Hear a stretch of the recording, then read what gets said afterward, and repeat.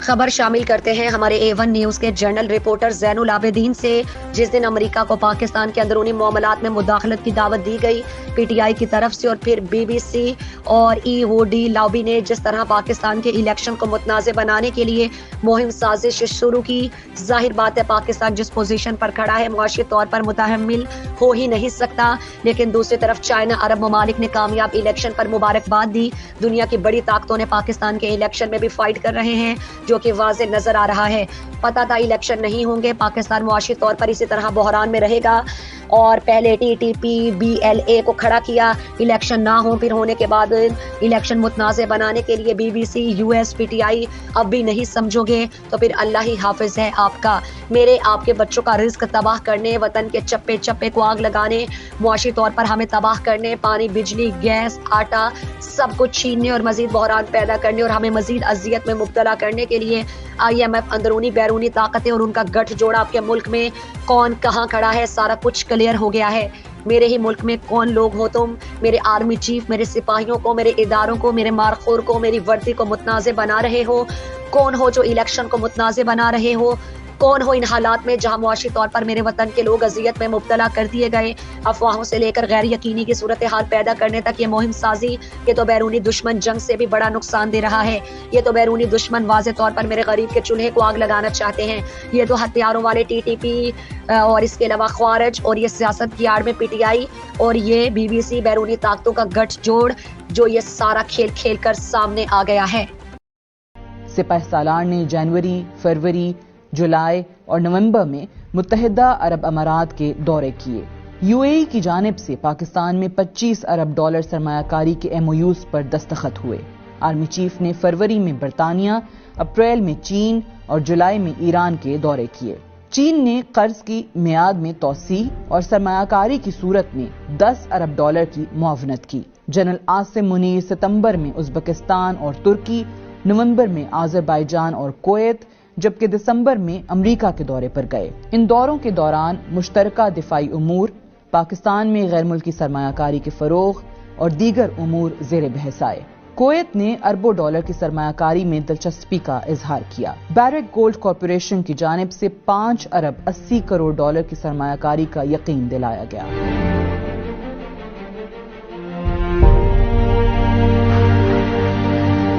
سپہ سالار نے دوست ممالک کے ساتھ تعلقات کے جمود کو ختم کیا اور دنیا میں پاکستان کی ساکھ کو بحال کیا۔ پاکستان کے سعودی عرب، متحدہ عرب امارات، چین اور امریکہ کے ساتھ تعلقات میں واضح بہتری آئی۔ ماہرین کے مطابق جنرل عاصم منیر نے پاکستان کی معیشت اور سفارتی تعلقات پر انمٹ نقوش چھوڑے ہیں۔ پاکستان آرمی چیف کی طرف سے جتنی بھی کوشش کی گئی ہے وہ اسی سمت میں کی گئی ہے کہ پاکستان کی نہ صرف معیشت کو بحال کیا جائے، لیکن اس کے ساتھ ساتھ جو پاکستان کو درینہ مسائل ہیں معیشت کے ساتھ، جیسے کہ منی لانڈرنگ، جیسے کہ آپ کی سرحدیں بالخصوص افغانستان کے ساتھ جو غیر محفوظ رہی ہیں ان کو محفوظ کیا جائے۔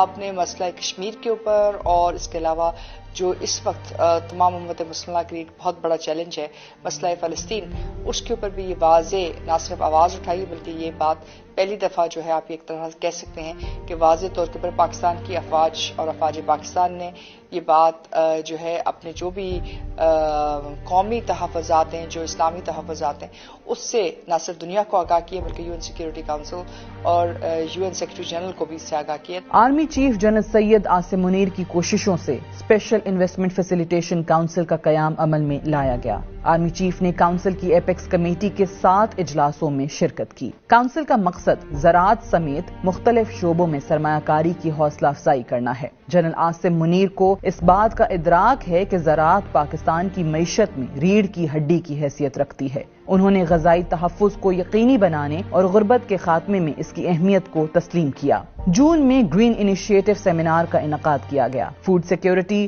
مستحکم زراعت اور عوام کی خوشحالی اس منصوبے کے بنیادی نکات ہیں۔ منصوبے کے تحت لاکھوں ایکڑ غیر آباد اور بنجر زمینوں کو قابل کاشت بنایا جا رہا ہے۔ اس پروگرام کا مقصد صرف فوڈ سیکیورٹی نہیں، کسانوں اور کاشتکاروں کی زندگی میں انقلابی تبدیلی لانا ہے۔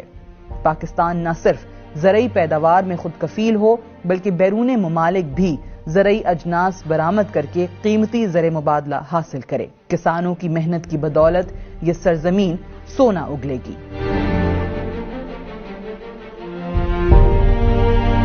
Army chief general Syed Asim Munir کی زیر قیادت جو پاکستان نے گرین پاکستان انیشیٹو لانچ کیا ہے، میں سمجھتا ہوں وہ پاکستان کی قومی سلامتی کے جو اہم ترین چیلنجز ہیں ان سے عہدہ برا ہونے کے حوالے سے بہت اہمیت کا حامل ہے۔ پچھلے 75 سال میں ہم نے بیرونی وسائل پر اور امداد پر انحصار کیا اپنے ملک کے معاشی اور سلامتی کے چیلنجز سے عہدہ برا ہونے کے لیے، لیکن شاید پہلی دفعہ پاکستان کی فوج کی قیادت نے اس اسٹریٹجک وزڈم اور ویژن کا اظہار کیا ہے کہ ہمیں دراصل پاکستان کے اپنے قدرتی اور زرعی وسائل کو بروئے کار لا کے نہ صرف بھوک کا خاتمہ کرنا چاہیے بلکہ اپنے غریب کسانوں جن کی ایک بہت بڑی تعداد جو ہے پاکستان میں زراعت کے شعبے سے منسلک ہے، ان کے معیار زندگی کو بھی بہتر کرنا چاہیے۔ جنرل سید عاصم منیر کی کوششوں اور ذاتی دلچسپی سے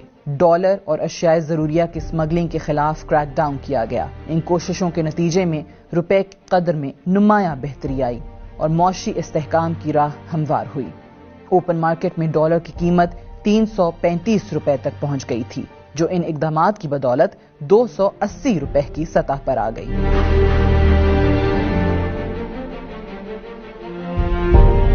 لوگ مایوس ہو چکے تھے، فلائٹ آف کیپٹل ہو رہا تھا، لوگ باہر بھاگ رہے تھے۔ اس کے بعد ہم نے دیکھا آرمی چیف نے بزنس کمیونٹی سے میٹنگیں کی۔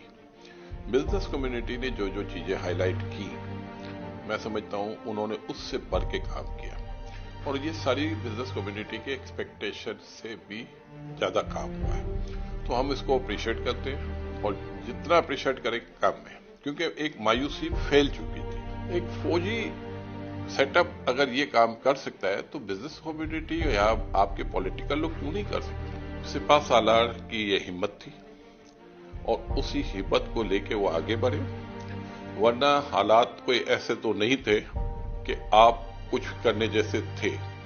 انہوں نے ہمت سے کام کیا اور اللہ تعالیٰ نے مدد کی۔ رواں سال لمس سینٹر آف ایکسلنس کا قیام عمل میں لایا گیا۔ جنرل عاصم منیر جولائی میں کانکنی اور معدنیات کی ترقی کے لیے منعقدہ سیمینار میں شریک ہوئے۔ اسلام آباد میں national aerospace science and technology park قائم کیا گیا۔